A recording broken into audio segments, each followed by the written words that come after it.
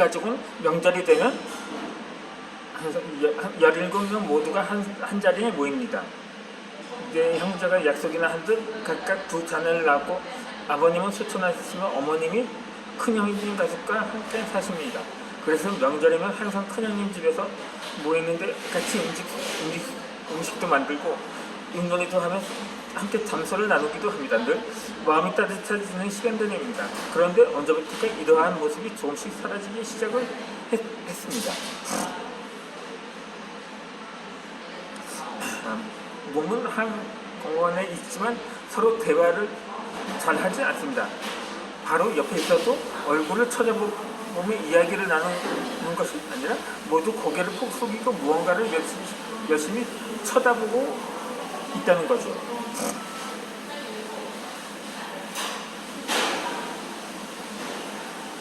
손가락을 좌우로 휘젓기도 하고 무언가로 뚫어져라 응시하기도 합니다. 그러다 갑자기 깔깔대고 웃질 않나 헐 대박 하면서 혼잣말을 중얼거리기도 합니다. 얼핏 보면 정신병자처럼 보이기도 합니다. 그런 그들의 손에는 약속이나 한 듯이 스마트폰과 태블릿 PC가 있음을 볼 수가 있습니다. 가족 중에 누군가 최근에 새로 출시된 제품을 들고 있다면 모든 시선을 거기에 쏠리고 맙니다. 비단 우리 가족만의 이야기는 아니는 것입니다. 이 오죽하면 스마트폰 중독 예방을 위한 공약 광고가 나왔을까요? 주로 조카들이 그런 식으로 시간을 보내기는 하지만 다행인 건 나머지 식구들은 여전히 커피를 마시며 대화하는 걸 더 좋아한다는 사실입니다. 요즘에는 한두 살 먹은 아이들도 디지털 기기를 붙들고 산다고 합니다. 이 부모들은 자신들이 편하기 때문에 아무 생각 없이 아이들에게 스마트폰을 쥐어주는 것입니다. 그래야만 말썽 부리지 않고 말을 잘 듣기 때문입니다. 상점에서 장을 보거나 집에서 청소를 할 때에도 손님이 찾아오는 경우에도 아이들 있는 듯 없는 듯 조용히 만드는 데에는 스마트폰만한 것이 없기 때문이죠.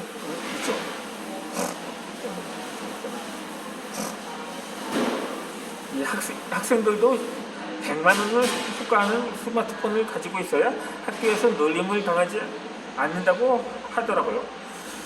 최근에 한 연구에 따르면 초등학생들의 62%가 스마트폰을 가지고 있으면서 그 가운데 83%는 스마트폰이 없으면 불안하다고 답했다고 합니다. 그러다 보니까 스마트폰 투자족도 늘고 있다는 거죠. 비싼 단말기 대금과 요금을 지불하느라 수입에 비해 과도한 지출을 하는 사람들을 일컫는 말입니다.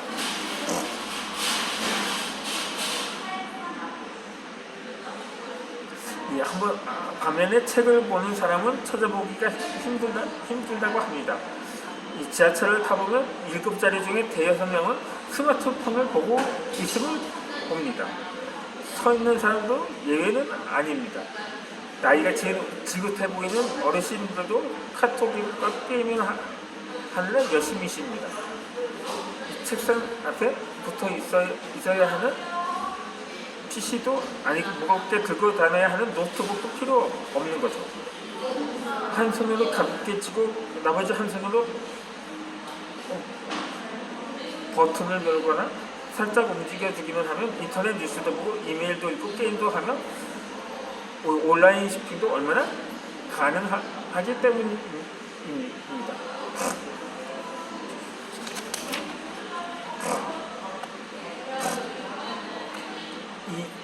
이 문명의 이기가 교회에서도 예외는 아닙니다. 요즘 예배 시간에 앉아있는 성도들을 보면 성경책이 점점 사라지고 스마트 기기들이 그 자리를 대신하고 있음을 봅니다.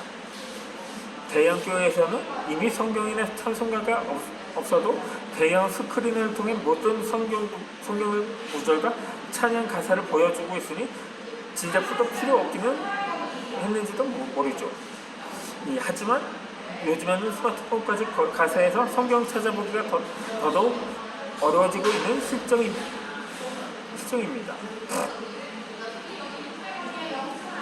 그러다 보니 이에 대해 비판적인 견해를 보이는 목회자나 성도도 있습니다. 개인적으로 스마트 기기를 통해 성경을 보는 것에 대해 반대를 하지 않습니다. 성경이 낮고 찢어졌다고 해도 말씀이 훼손당하는 것은 아닌 것처럼 스마트폰으로 성경을 본다고 해서 말씀의 본질이 훼손되는 것은 아니기 때문인 거죠.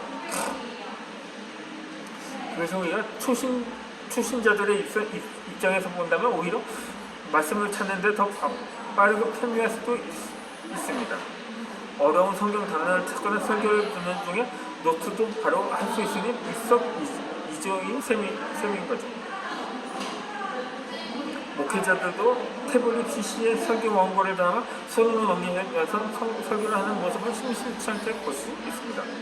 상황이 이렇다니 성도들도 마음 편하게 스마트 기기를 애용하는 것 같습니다. 하지만 문제는 다른 데에 있습니다. 예배 시간에 스마트 기기를 사용한다고 생각해보면 찬송과 가사를 보고 성경 말씀을 읽는 것은 좋습니다. 게다가 성경 설교 내용은 노트까지 하니 어쩌면 교회에서도 적극 권장할 만한 일입니다. 그런데 말씀을 듣다가 갑자기 어떤 생각이 떠오를 때 인터넷 검색을 하는 등 딴짓을 하는 것은 시금죽 먹기인 거죠. 이번 달 보너스가 얼마나 들어왔는지 거래은행에 앱을 실행시키는 것도 잠깐이면 됩니다. 그러다 또 소멸되는 커버스 포인트가 생겨났습니다.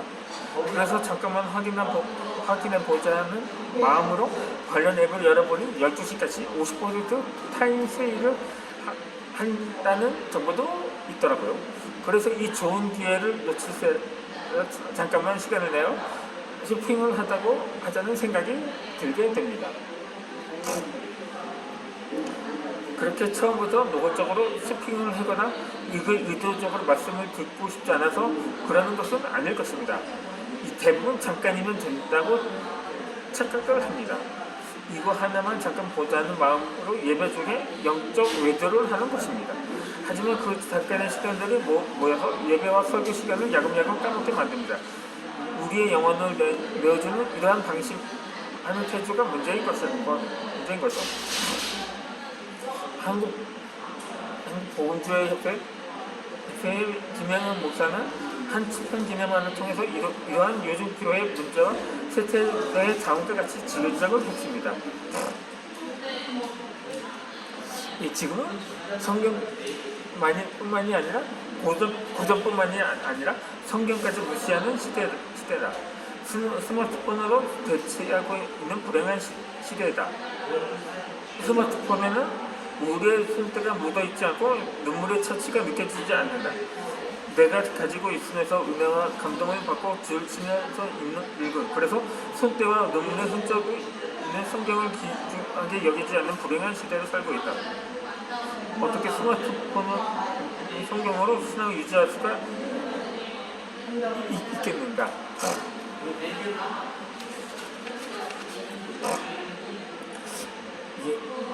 오래된 내 성경을 보면 어려운 시기를 겪으면서 말씀을 읽고 기도를 하다가 흘린 눈물 자국이 보이기도 합니다.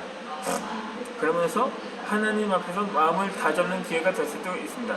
그러나 스마트 기기가 물기가 있으면 고장이 날 수도 있기 때문에 해라도 눈물이 묻을까 조심하게 됩니다. 편리함 있지만 감동은 없습니다. 한 번쯤은 생각해 봐야 할 일입니다. 이처럼 스마트폰을 손에서 놓지 못하는 이유는 스마트폰이 다재다능하기 때문입니다. 좀 과장해서 말하면 전지전능하다고 생각하는지도 모르겠습니다. 그도 그럴 것이 요즘 스마트폰을 보면 정말 못하는 게 없습니다.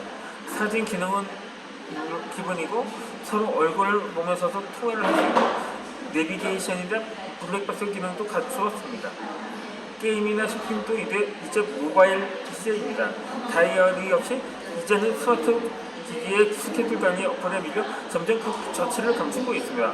국내 대표 문구 업체인 모닝글로리가 결국 다이어리 사업에서 손을 떼기로 했다는 소식이 들릴 정도입니다.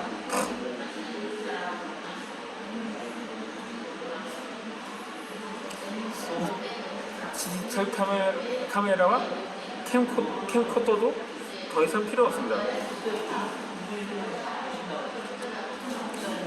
얼마 전 조카가 유치원 졸업 발표에서 보여준 영상이 있는데 대부분의 부모들이 마치 기자들처럼 스마트폰이나 들고 사진이나 동영상을 찍었습니다. 이처럼 모든 걸 스마트폰 하나로 해결할 수 있으니 편리하고 경제적이며 효율적입니다. 하지만 대대한 대가는 컸습니다. 먼저는 육체적으로 거북이 증후군이라든가 근시 악화 및 안구 건조증, 손목 터널 증후군과 같은 질병을 입원하게 됩니다. 여기에 주의력 결핍이라든가 충동 조절 장애, 우울, 불안 증세 등 정신적인 문제가 발생할 수도 있다고 전문가들은 지적하고 있습니다. 그리고 더욱 무서운 건 우리의 뇌에 미치는 영향력이라고 합니다. 그 가운데 가장 대표적인 것이 바로 팝콘 브레인입니다. 이것은 첨단 디지털 기기에 익숙한 나머지 뇌가 현실의 무감각 또는 무기력해지는 현상을 말합니다. 한마디로 뇌의 기능이 저하된다는 것입니다. 전화번호를 기억하는 사람도 별로 없습니다. 기억하고 있던 전화번호만도 까먹는 게 현실입니다. 내비게이션에만 이전에는 오히려 지치게 되는 경우도 있습니다. 스마트폰 사용으로 생활은 편리해졌지만 그로 인해 우리의 육체는 점점 피폐해져 가고 있는 것입니다. 기계들은 점점 스마트해지지만 사용은 오히려 더 바보가 되어가는 것 같습니다.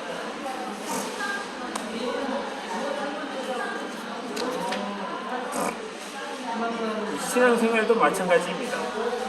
성경이나 찬송 앱과 큐티 앱도 출시된 지 오래입니다. 말씀을 읽어주기도 하고 찬양을 들을 수도 있으니 얼마나 편하고 좋은지 모릅니다. 요즘 웬만한 교회들 역시 교회 홈페이지를 넘어 모바일 홈페이지를 구축하는 것을 기본으로 생각하고 있습니다. 그 외에도 기독교 관련 서비스만을 제공하는 앱들도 지속적으로 출시되고 있습니다. 스마트 기기를 사용하여 성경을 읽고 찬송을 하며 예배를 드리는 것은 죄라고 말할 수는 없습니다. 그렇다고 적극 권장할 만한 것도 아닙니다. 그것은 전적으로 예배 드리는 자의 자유입니다. 하지만 교회는 살아있는 하나님의 공동체입니다. 성도 간에 긴밀히 유기적으로 연결되어 있으니 결코 혼자서 신앙생활을 할 수는 없습니다. 그러기에 말 한마디, 행동 하나에도 다른 사람에게 덕이 되는지 늘 생각해봐야 합니다. 이 스마트 기기를 인해 하나님의 보시기에 전혀 거리낄 것이 없을 만큼 예배에만 집중하며 정말 예배 은혜를 충만하게 받을 수 있다면 문제될 것이 없습니다. 하지만 그렇지 않다면 우리는 다시 한번 이 문제에 대해서 스스로 정직하게 생각해 봐야 합니다. 때는 실수로 소리가 나거나 액정 화면의 화면 비트로 인해 주위 사람에게 피해를 줄 수도 있습니다.